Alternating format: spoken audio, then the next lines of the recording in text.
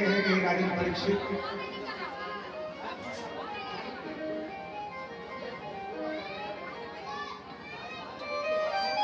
क्या कहते हैं सुखदेव जी, भागवत में लिखा है, अथात श्रीता राजन वसम सोमस्य पावनः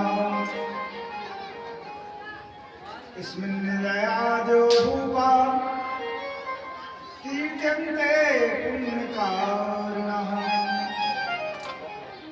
हे राजन, सुखदेव जी कहते हैं, राजन मैं आपको उस पवित्र वंश का वर्णन सुनाता हूँ जिसमें कन्हैया ने जन्म लिया। आदि राजाओं का इस वर्णन किया जाएगा। अब तो महाराज सुखदेव जी कहने लगे, महाराज परीक्षित से, महाराज परीक्षित सुनिए,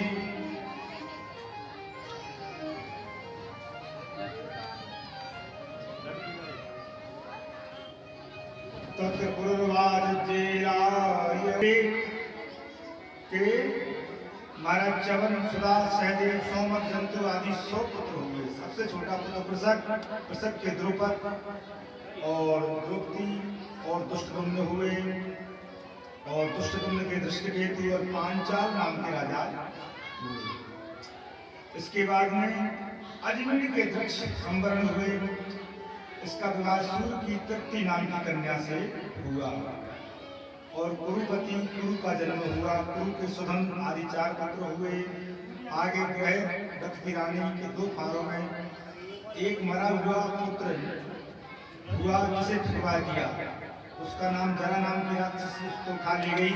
दोनों फारों को जोड़ दिया, उसका नाम जरासंध पड़ गया। महाराज राजन जहू की 12वीं पीढ़ी में देवापी शांतनु और बलहीन हुए, और एक देवापी आदि विकलाप ग्राम में तपस्या कर रहे थे।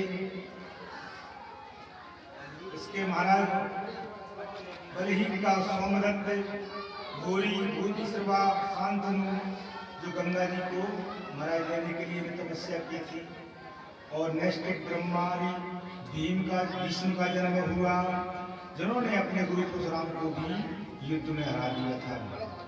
भीष्म महाराज ने, भीष्म पितामह ने शांतनु में सत्यवती से चित्रांगद और विचित्रवीर 2 पुत्र पैदा किए।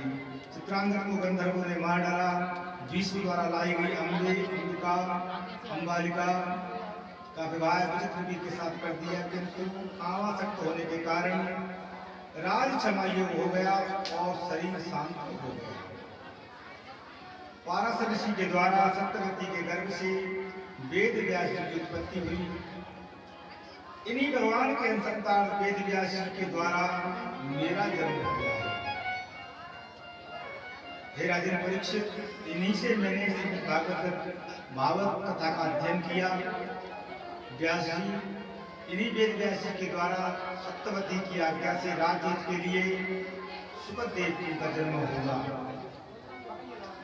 संतान हितार्थ अपने भाई की पत्नी से धृतराष्ट्र, पांडु और विदुर 3 पुत्र उत्पन्न किए।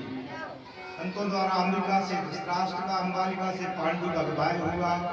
दासी से विदुर जी उत्पन्न हुए, और धृतराष्ट्र की गांधारी से 100 पुत्र दुर्योधन आदि उत्पन्न हुए। एक पुत्री दुसल्ला नाम की उत्पन्न हुई, जो जयद्रथ को ब्याही गई। पांडु की पत्नी कुंती थी। पांडु शाप बस स्त्री सहवास नहीं कर सकता था। उनको श्राप क्या था? एक बार वन में शिकार खेलने गई, और हिरण्यहिरणी के रूप में एक ब्राह्मण और ब्राह्मणी संसर्ग कर रहे थे। पांडु महाराज ने जैसे ही हिरणी रूप में उनको देखा महाराज, और हिरणी में जाकर के बाण को छोड़ दिया। तो उस ब्राह्मणी ने श्राप दिया अपने रूप में आकर, कहे राजन, तुमने मेरे संभोग के समय मेरे पति की हत्या की है। तुम जब भी अपनी रानी के साथ संभोग करोगे, उसी समय तुम्हारा गोविंदाय नवा हो जाएगी। इस प्रकार कहा। अब तो महाराज पांडु की आज्ञा पाकर कुंती ने देवाकर्षण विद्या से धर्मराज और वायु और इंद्र के प्रसाद से युधिष्ठिर, भीम और अर्जुन को पैदा किया। पांडु की द्वितीय पत्नी मातृ से अश्विनी कुमारों सहदेव ने को पैदा किया।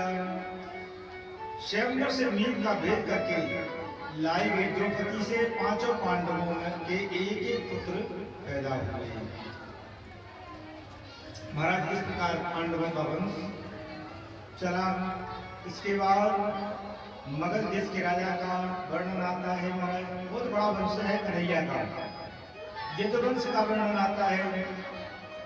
महाराज अब यदुवंश में देखिए कि राजन नैयाति के ज्येष्ठ पुत्र यदु का वंश कहता हूँ। यदुवंश महापुण्य उत्पन्न करने वाला, समस्त पापों को दूर करने वाला है। और इसमें महाराज अधिरथ नाम के राजा हुए जिन्होंने कुंती पुत्र कर्ण को पाला। ये इस वंश में हुए। और महाराज इसके बाद में यदु के वंश विदर्भ वंश वाले हुए, जिसमें दंभोज आदि राजा हुए। और दंभोज का कौन हुआ महाराज? शिशुपाल राजा।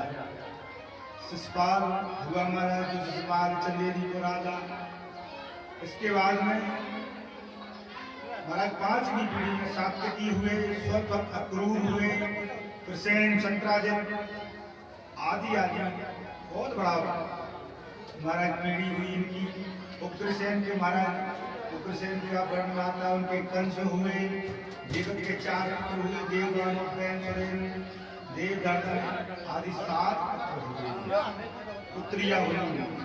और सुशर्मा, रोहिणी, देवकी, सहदेवा सभी वसुदेव के ब्याही। उग्रसेन के 9 पुत्र हुए महाराज। कंस, सुनामा, नियोग्र, कंक, संक, सुहु, राष्ट्रपाल, सृष्टि, नौन पुष्टमान। और उग्रसेन की 5 कन्याएं थी। कंसा, कंका, कंसवती, सुरभो, राष्ट्रपालिका, चित्ररथ के पुत्र विदुरथ, सूर, भजमान, शनि, श्यम, भोज, सदीप, ये 3 पुत्र और हुए। और देववीर, सद्धर्मा, कृतवर्मा, देववीर की पत्नी से 10 पुत्र पैदा हुए। इस प्रकार कन्हैया का वंश बहुत विस्तारित हुआ। इसके बाद में महाराज कुंती के महारानी कुंती के जन्म की कथा आती है। वसुदेव की 5 बहनें थी। भागवत पुराण में आता है, पृथाच, सुखदेवा, सुखकीर्ति, सुखसर्वा, राजादिदेवी चेतसां भागन पंचे कन्याम। पृथा नाम कुंती का था महाराज। सुत देवी, सुखकीर्ति, सुखसर्वा, राजादिदेवी ये महाराज वसुदेव के पिता सूरसेन ने कुंती भोज मित्र थे महाराज, जो निसंतान थे। कुंती को उन्हें दे दिया और इसी कारण उसका नाम कुंती पड़ गया। कुंती नरेश को दे दिया, उसका नाम कुंती पड़ गया। उसका नाम पहले पृथा था। कुंती ने दुर्वासा ऋषि की सेवा करके प्रसन्न करके देव आकर्षण विद्या सीखी और विद्या के प्रयोगार्थ उसने सूर्य नारायण भगवान का आह्वान किया, जाप किया। महाराज आजमाइश में देखे आते कि नहीं आते, जैसे ही आह्वान किया सूर्यदेव प्रसन्न हो गए। महाराज आ गए। अब तो महाराज भयभीत होकर के कुंती ने कुछ नहीं बोला। अब सूर्यदेव कहने लगे, देवी तुमने तो मुझे बुलाया और मेरा आना तो व्यर्थ गया, आप कुछ न कुछ आशीर्वाद ले लीजिए। कुंती ने कुछ नहीं मांगा महाराज। अब तो महाराज सूर्यदेव महाराज ने कहा, नहीं मैं तो आशीर्वाद देना चाहता हूँ। महाराज आशीर्वाद दिया, पुत्रास्तु और पुत्र की प्राप्ति हुई कुमारी में और उसका नाम कर्ण हुआ। महाराज लोक लज्जा की भय के कारण, भैया आवाज को करो, लोक लज्जा के भय से कुंती ने उस पुत्र को महाराज एक उसमें रख करके छोटी सी पन्ना में और नदी में छोड़ दिया, नदी में बहा दिया। और उस कुंती का विवाह आपके दादा पांडु के साथ हुआ। सुत देवा का विवाह कर्म देश के राजा वृष शर्मा के साथ, जिसका दंतवक्र हुआ, और सुत से इनका विवाह कई देश के राजा दृष्टिकेतु के साथ हुआ। जयसेन से विवाह हुआ राजी देवी का, जिसके बिंद अरविंद 2 पुत्र हुए, और सुति शर्मा का विवाह चेदी नाम के तनघोष से हुआ, जिसका पुत्र शिशुपाल हुआ, जिसका वर्णन 7वें स्कंद में आपको आता है। और वसुदेव की पत्नी पूर्वी, रोहिणी, भद्रा, मद्रा, आलोचना, देवी आदि 7 पत्नियां थी वसुदेव की। महाराज इसके बाद में भगवान कन्हैया की प्यारी प्यारी कथाएं, इसी प्रकार कंस के जन्म की कथा आती है। महाराज ये तो पांडवों का वंश हुआ, अब यही यदुवंश में कंस का वंश भी आता है। वासुदेव कथा कृष्णस्तरी पुण्णाति भक्तारं पंचकं स्रोतस्य पार्षदिरं यथा। हे राजन, कृष्ण वंश की तथा गंगा जी की तरह वक्ता और श्रोता दोनों को पवित्र करने वाली है। हे राजन, मधुपुरी के राजा उग्रसेन थे। आहुत पुत्र उग्रसेन की पत्नी का नाम पवन रेखा था। एक दिन पवन रेखा सखियों के साथ बगीचे में घूमने गई। महाराज कभी काल नहीं नाम का राक्षस और उग्रसेन का रूप बना करके आ जाता है, और एकांत में ले जाकर के धोखे से उसके साथ समागम कर दिया। पवन रेखा बोली, क्या बोली पवन रेखा? बोली पति ऐसा नहीं कीजिए। उन्होंने कहा स्वामी आपको क्या बात हो रही है आज दोपहर में ऐसे समय में? बोली पति ऐसा नहीं कीजिए, दिन राति पुण्य ये सब कीजिए। कहने लगी दिन में काम वासना जो करता है ना उसको पुण्य खत्म हो जाते हैं, इसलिए दिन में काम नहीं जगाना चाहिए। ये तो आपने गलत कर दिया। पवन रेखा बोली लेकिन राक्षस न माना। बोला वो राक्षस न माना। राक्षस बोला हे रानी मैं नहीं मानूंगा। तब तो मारा पवन रेखा श्राप देने लगी कि मैं तुझे श्राप देती हूँ। पर वो बोला महाराज श्राप न दो, देवी आप श्राप न दें। मैं एक आपको वचन देता हूँ, तेरे उधर से जो बालक होगा वो विश्व विजयी होगा। संसार में उसको कोई हरा नहीं सकता, परम प्रतापी होगा। अब माता को अपने पुत्र का गुण सुन करके तुरंत ही चलो ठीक है कोई बात नहीं, पुत्र तो अच्छा होगा। मैंने कहा ना माता आपको पुत्र के लिए सब कुछ कर सकती है। तो महाराज पुत्र के गुणों को सुन करके प्रतापी होने के कारण उन्होंने किसी से कुछ नहीं कहा। और महाराज पवन रेखा ने प्रतापी पुत्र होने के लोभ से बात को छुपा लिया, और छुपा करके देखिए काम जगावे कामनी, काम जगावे कामनी, लोभ जगावे दाम, संत जगावे प्रेम रसी, राम को तब तो महाराज बगीची में जब सखियों के पास पहुंची अस्त व्यस्त कपड़े में, तो सखियों ने पूछा देवी तुम्हारी ये दशा किसने की? पवन रेखा ने कहा सहेलियों आवा कपी एक निकट हमारे, आवा कपी एक निकट हमारे, आयु भक्ता सुभय बारे। एक राक्षस मेरे पास में आया देवियों और मुझे वासना में फंसा करके मेरे साथ अन्याय कर गया। इस प्रकार का तब तो महाराज मनुष्य प्रारब्ध होकर के कर्म भोगता है, वरना निंदित कर्म संसार में किसको अच्छा लगता है? कोई नहीं करता है, करना नहीं चाहता। प्रारब्ध बस पर भिखारी निमित्त कर्म को छुपा दिया, क्योंकि कंस का जन्म होना था। अब कंस का मतलब कह धर्म अंश, यानी कि जो दूसरे का अंश हो वो कंस है। इसलिए इस प्रकार कंस का जन्म हुआ महाराज। और कंस को एक नदी में बहा दिया महाराज। बटेश्वर में सूरसान नाम के राजा थे, उन्होंने उसको उठा लिया, उसका पालन पोषण किया। कुछ दिन बाद बड़ा हो जाने पर उन्होंने किसी के कहने पर, बताने पर कि आपके पिता तो उग्रसेन है महाराज। कुछ दिन बाद आया और महाराज आकर के अपने पिता उग्रसेन को आसन से हटा करके खुद आसीन हो गया। ऐसा दुष्ट प्रवृत्ति का था कंस, अपने पिता को मार करके भगा दिया महाराज। इसके बाद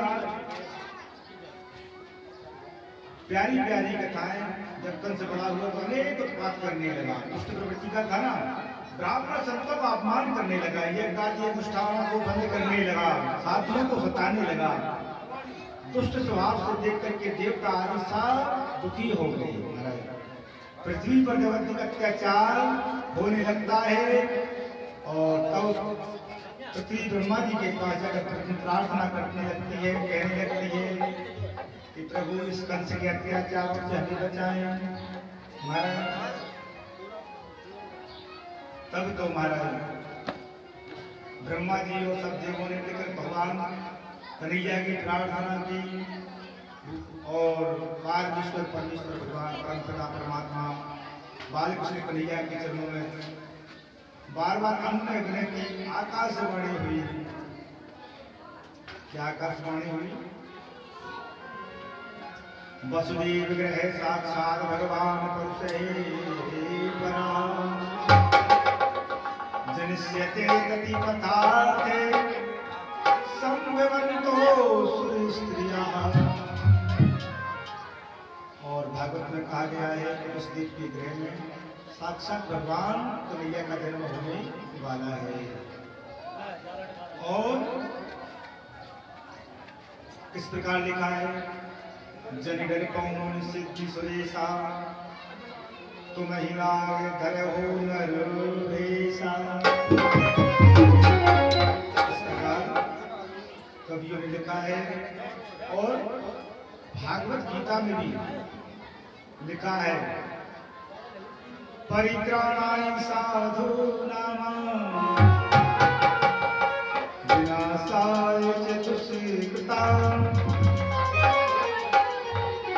धर्म संस्थापनार्थाय संभवामि युगे। और बाबा ने भी लिखा है तुलसीदास ने कि जब जब धर्म की हानि होती है ना, तब तब मैं मनुष्य शरीर धर के पृथ्वी पर अवतार धारण करता हूँ। देखिए क्या लिखा है, और जब जब होए धर्म की हानि,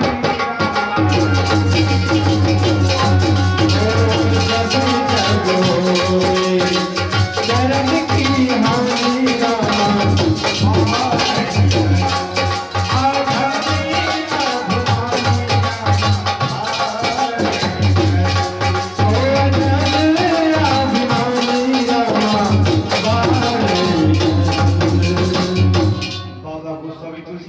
हानि चौपाई में लिखा है, जब जब हो ये धर्म की हानि बाढ़ असुर अधम अभिमानी। जब राक्षसों का अधिक बोलबाला पृथ्वी माता पर हो जाएगा, तब तब देखिए बाबा ने फिर लिखा है, तब तब प्रभु धरे शरीर।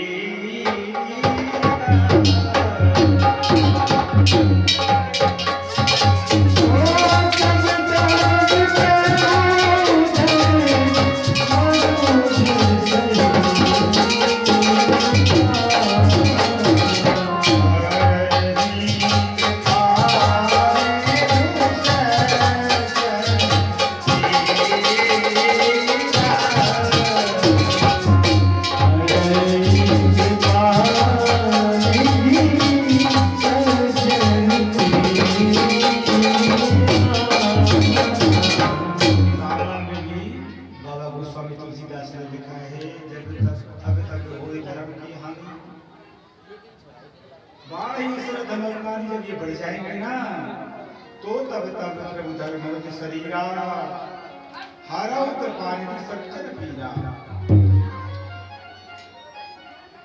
तब प्रभु अवतार धारण करेंगे और दुष्टों से इस पृथ्वी का विनाश करके और दोबारा से धर्म की स्थापना करते रहे हैं, ऐसा बाबा ने लिखा है महाराज। इसके बाद महाराज जरासंध की पुत्रियां अस्थि और प्राप्ति से कंस का विवाह हुआ। अस्थि और प्राप्ति से कंस का विवाह हुआ और मगध देश एक रोज सिधारा। कंस राजा मगध देश की रोज सिधारा, जरासंध को जाई हरावा। जरासंध को हरा दिया महाराज, उसने अपनी दोनों पुत्रियों को उसको दे दिया। तो मेरे पुत्री के बदलाए गए महाराज अस्थि प्राप्ति का विवाह कर दिया। और महाराज इसने अपने चाचा की पुत्री देवकी का विवाह सूरसेन के पुत्र सत्यवादी वसुदेव जी महाराज के साथ करवाया था। वसुदेव के साथ बड़ी ही धूमधाम के साथ करवाने के लिए विचार विमर्श किया और जैसे ही विवाह किया महाराज ने बड़ा आनंददायक इतना बढ़िया विवाह किया कि सब देखते रह गए। महाराज बहुत सारा दहेज दिया, इतना दहेज दिया देखने के विवाह में महाराज। हाथी गज घोड़े और चाकर आदि सभी चीज देवकी के विवाह में वसुदेव जी को दी गई महाराज। अब देखिए इसका वर्णन किया है गे स्वर्णनि पटरकन्यनि कनदी, याचक पर तोष के विदा बहन कर दी। और महाराज जितने भी याचक आए उन सबको खूब धन बांटा और बहन को विदा करने लगा। जब देवकी महाराज रथ में बैठी बिठा करके स्वयं रथ चला करके विदा कर रहा था, तभी उसी समय आकाशवाणी हुई। आकाशवाणी क्या हुई? आकाशवाणी हुई अष्टतामष्टमो गर्भो अंतायाम वहसे बुधम। और किस प्रकार के आकाशवाणी हुई? कहे मूर्ख कंस, तू जिस बहन को बुरा कर रहा है ना, उसकी 8वीं संतान तेरे लिए काल प्रमुख हो गई। महाराज कैसी आकाशवाणी आकाश से हुई? तब तो महाराज कंस ने जैसे ही सुना महाराज बहुत बड़ा क्रोध आया कंस को। अब तो महाराज वसुदेव जी भी उस रथ पे थे महाराज, तलवार निकाल करके तू कहता है कि तुझे मारने वाला 8 गर्भ में इसको देवकी को ही नहीं रहने देता हूं ना, तो कहां से होगा? ना रहेगा बांस न बजेगी बांसुरी, ऐसे कहने लगा महाराज। तो कंस का मित्र था, तो कंस महाराज ने विनय किया, महाराज कंस आप समझदार है, स्त्रियों पे कभी हाथ नहीं उठाना चाहिए। मैं आपसे कह रहा हूँ आप इसके जो भी संतान होगी मैं आपको देता जाऊंगा, पर आप इसको तलवार से नहीं मारेंगे। इस प्रकार महाराज समझाया पर कोई नहीं माने, सब तलवार लेकर के फिर उठा करके दौड़ा। और महाराज थोड़ी सी बात उसके दिमाग में आई, फिर जब तक महाराज बोले, वसुदेव जी क्या बोले? नारी निंदा मत करो। कंस से बोले राजन नारी निंदा ना करो, नारी नर की खान, नारी से पैदा भये ध्रुव राज समान। तो वसुदेव जी ने कहा राजन आप तो बहुत बड़े राजा हैं, नारी का हाथ नहीं उठाना चाहिए और नारी से ही अच्छे अच्छे महान और ध्रुव कहलाते से पुत्र पैदा हुए महाराज। तब तो वसुदेव ने समझाया मैं आपको इसको प्रत्येक संतान को मैं आपको दे दूंगा जैसे ही जन्म होगा। तो बात मान ली महाराज, विश्वास करके देव जी को जीवित छोड़ दिया। और महाराज वसुदेव और देवकी को दोनों को अपने दरबार में ली गई। कंस वसुदेव की सत्यता पर बहुत प्रसन्न हुआ, कहने लगा आप सत्यवादी हैं राजन।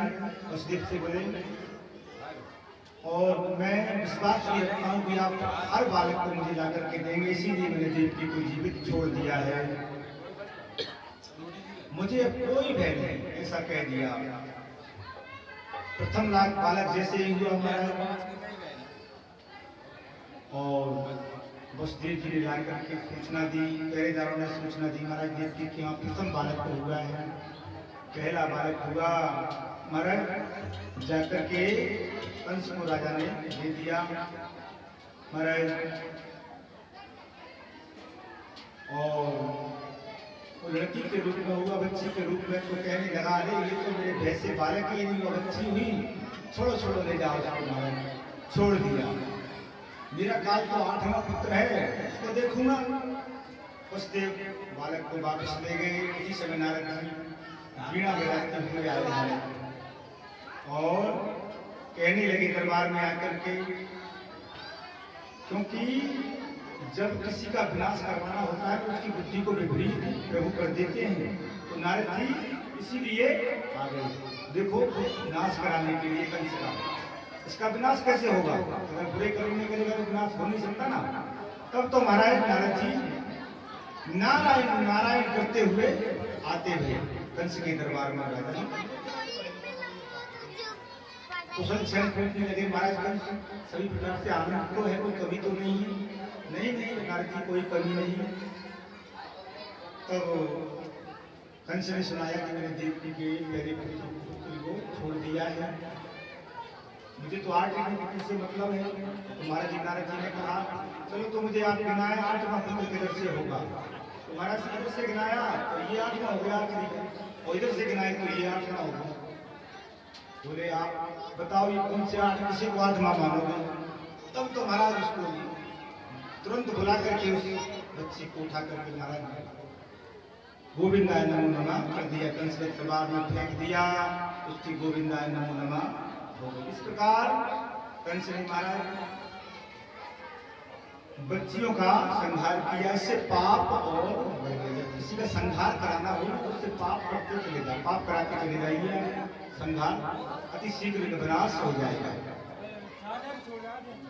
और अब तो महाराज नारद जी के जाने पर कंस ने पुनः मंगलाकर दोनों को और बेड़ियां आदि डाल करके जेल में डाल दिया। अब तो उसको भय हो गया ना उसमें, और महाराज बेड़ियों में जगत के जेल में डाल करके शास्त्र कहते हैं कि प्राणों का भय जीव को अनेक अन्याय कराता है। इस प्रकार से कंस ये जान करके कि पूर्व जन्म में काल नेमी था, विष्णु के हाथों मारा गया था, ऐसा सोच करके ये आदमी से बेहद उसने कर लिया महाराज। और अपने पिता उग्रसेन को यदुवंशी अंधक भोज वंशियों के राजा थे, जो महाराज बंदी बना करके जेल में डाल दिया, खुद सिंहासन पर विराजमान हो गया। ऐसा अन्यायी पुत्र कंस था महाराज। इसके बाद में भागवत में कथा आती है, प्रलम्बकासूर तृणवार महासने मुष्टिकावती पूतना के सीधेन ते। और सहयोग द्वारा यदुवंशी को सताने लगा, देवकी के 6 पुत्रों को मार दिया। 7वें के रूप में महाराज बलराम जी का आगमन हुआ।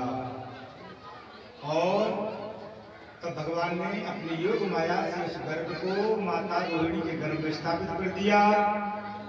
योग माया ने ऐसा ही किया। भगवान ने योग माया को उपहार स्वरूप कहा कि जब मैं देवकी के गर्भ में आऊंगा तुम तब यशोदा के गर्भ में उत्पन्न होना। लोग कलयुग में उनको अनेक नामों से जानते हैं। महाराज कौन कौन से नाम? एक गर्भ से दूसरे गर्भ में खींचने के कारण उनका नाम संकर्षण, संकर्षण खिंचा रहे उनके गर्भ में तो संकर्षण हुआ। और संकर्षण से महाराज महाबली होने के कारण संसार को आनंद करने वाला और सबसे बड़े राम थे ना, उस जन्म में तुम्हारा उनका नाम बल में अधिक होने के कारण बलराम हो गया। बोलिए बड़े राम भगवान की जय हो, बोलिए बड़े राम भैया की जय हो। इस प्रकार महाराज बलराम जी का जन्म हुआ। बलराम की गिनती रोहिणी और यशोदा के पुत्रों के रूप में हुई है महाराज। अब महाराज जब देवकी के गर्भ में श्री नारायण स्वयं पधारे महाराज, तो ब्रह्मा आदि देवता उनकी कारागार में आकर के स्तुति करने लगे, प्रकट हुए कन्हैया। जैसे ही प्रकट हुए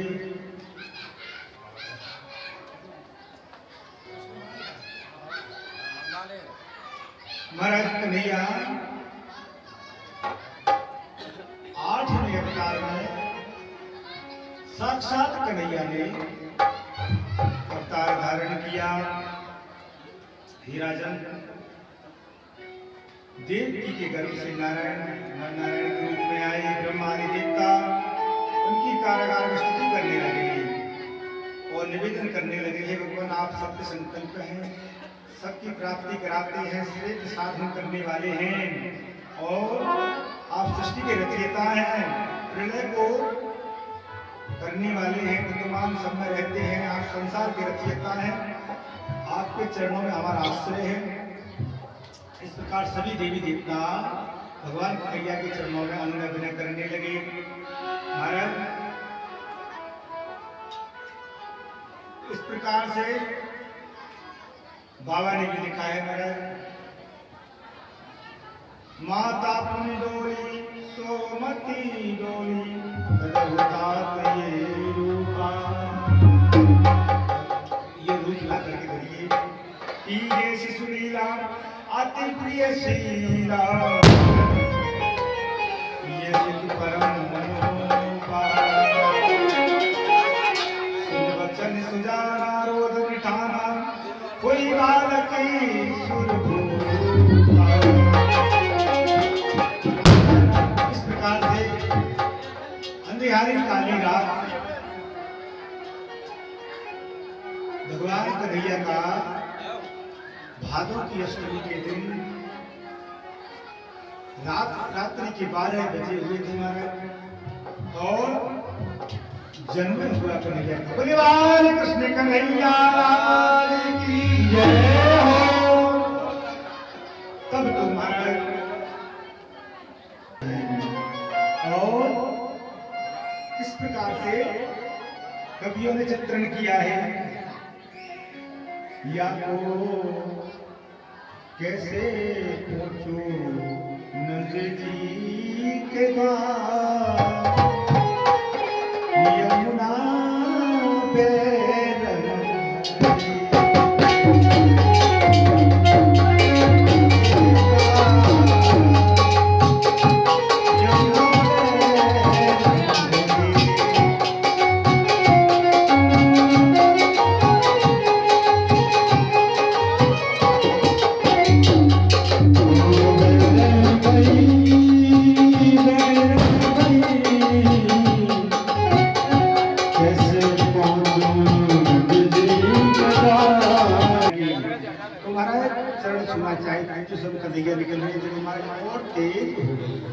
जैसे ही कन्हैया का चरण लगा महाराज नीचे उतर गए। इस प्रकार अनेक भाव कवियों ने व्यक्त किए हैं, अनेक मत पैदा किए हैं महाराज।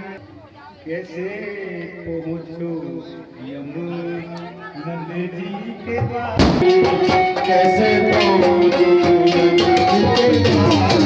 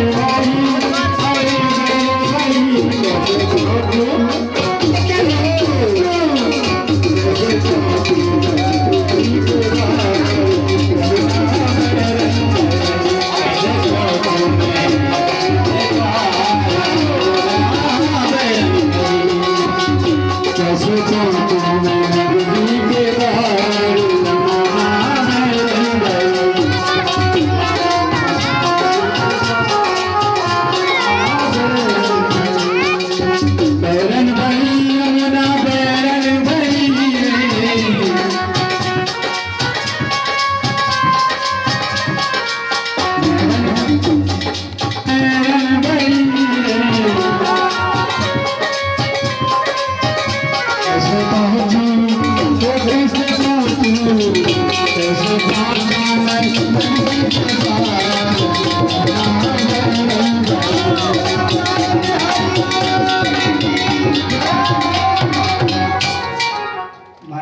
तब तो देखा यमुना मैया अति और चरण कद को छू करके महाराज सही जाते हैं। जल काल अब तो महाराज निकल जाते हैं। नंदी के घर जाकर लाला को तुरंत सुनाया है।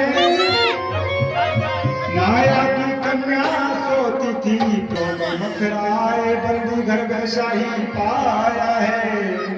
खुला हुआ और घुसते ही फाटक बंद हुए, कन्या ने रुदन मचाया।